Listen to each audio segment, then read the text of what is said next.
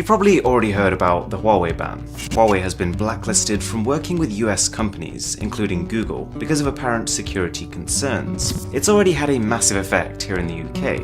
Huawei was cut from the 5G launch lineup, and Huawei has literally just cancelled its recent laptop launch due to the inability to supply. So it's becoming this looming question: how on earth can Huawei compete in the smartphone market without working with Google, the company that owns Android?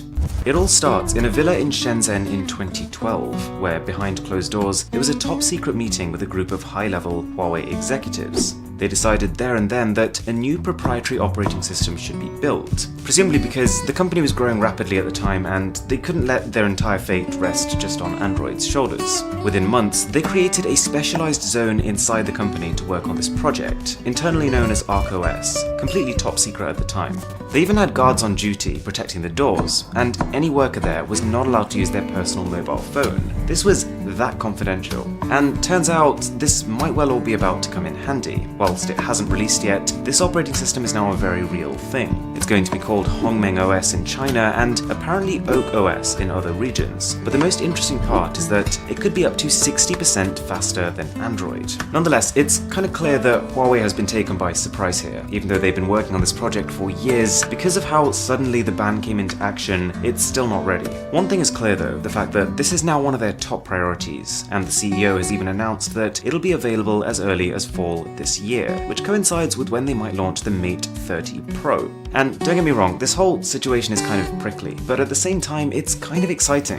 From some sources, Hongmeng is being dubbed as less of a last resort for Huawei and more of a next-gen bit of software. According to a job listing, Huawei has been hiring full-time engineers to work on a secret operating system that apparently focuses on tying in 5G, augmented reality, and autonomous self-driving vehicles. And so, the fact that it could be coming so soon, and the fact that it could be such a real competitor to Android, creates a really interesting dynamic between Huawei and Google. Before I can get to that, let me explain how the software works. So, Huawei can't do business directly with Google, but take a look at this, one of the apparent early screenshots of this operating system. You can see that the weather app is compatible with the Android Green Alliance. So it's not Android, but it's looking like it's at least in part based on Android and can run Android apps. This is Android without Google services, so no Google Play Store, no Google Maps, and no Gmail, plus no security updates from Google or Google Play Protect, which all sounds pretty unappealing, but if any company can work around it, it's Huawei. Take a look at this. It's called Aptoide. Aptoide is an alternative Android app store with over 800,000 apps. And if something like that can exist, then Huawei can sustain one too. They actually already have a store called App Gallery, and funnily enough, they've just started emailing developers to ask them to move their apps onto it. And I reckon a lot of them will just do it, because Huawei sells millions of phones, and developers don't want to miss out on that market. Besides, because Hongmeng OS can run Android applications, nothing needs to be recoded. They literally just need to get their application and upload it onto Huawei's store. What is potentially even more interesting is that apparently Xiaomi, Vivo, and Oppo are also testing Hongmeng OS on their phones. Maybe they also want to diversify, the same way that Huawei did, and to be fair, if the operating system is as fast as Huawei is claiming, then who wouldn't want a slice of that pie? So, if those companies also choose to start using Hongmeng, then in one fell swoop, over a third of the smartphones in the world could shift to this new operating system.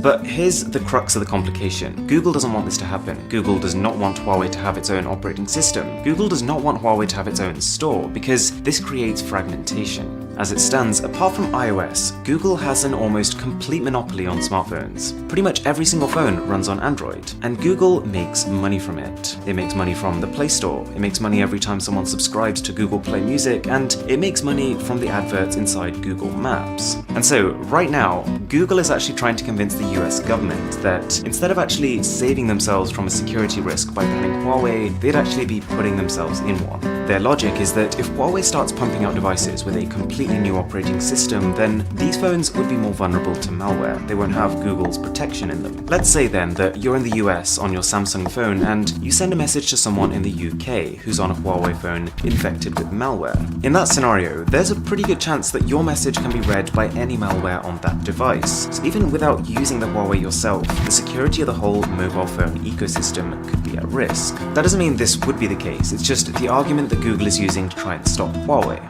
So, the way I see it, there are three possible outcomes to this whole situation. Number one, Google pleading the US government combined with the mounting political pressure might make the US retract the ban on Huawei, which would allow them to use full Android just as they used to. Number two, Huawei is really trying to compromise here. They've actually pitched a no spy deal to the US government, saying that they could completely lock their phones up so that there was no way a backdoor could be used to retrieve US information. It's completely possible then that the US could, instead of retracting its ban, add exceptions to it. Huawei would be allowed to carry on dealing with certain suppliers under certain conditions. Number three, there is no resolution, and Huawei carries on with its plan B. OKOS becomes a thing around the globe, and you might start seeing it as soon as this year. The last thing that I want to say about this is that you should be able to expect statements from Honor and from Huawei pretty soon, and in the meantime, what we can do is hope. Because, let's face it, even if you wouldn't go near a Huawei phone, just them being there in the smartphone market, raising the bar, creating new things, it pushes the industry forward. More competition is always better for the consumer. If you enjoyed this video, a sub would be massively appreciated. My name is Aaron.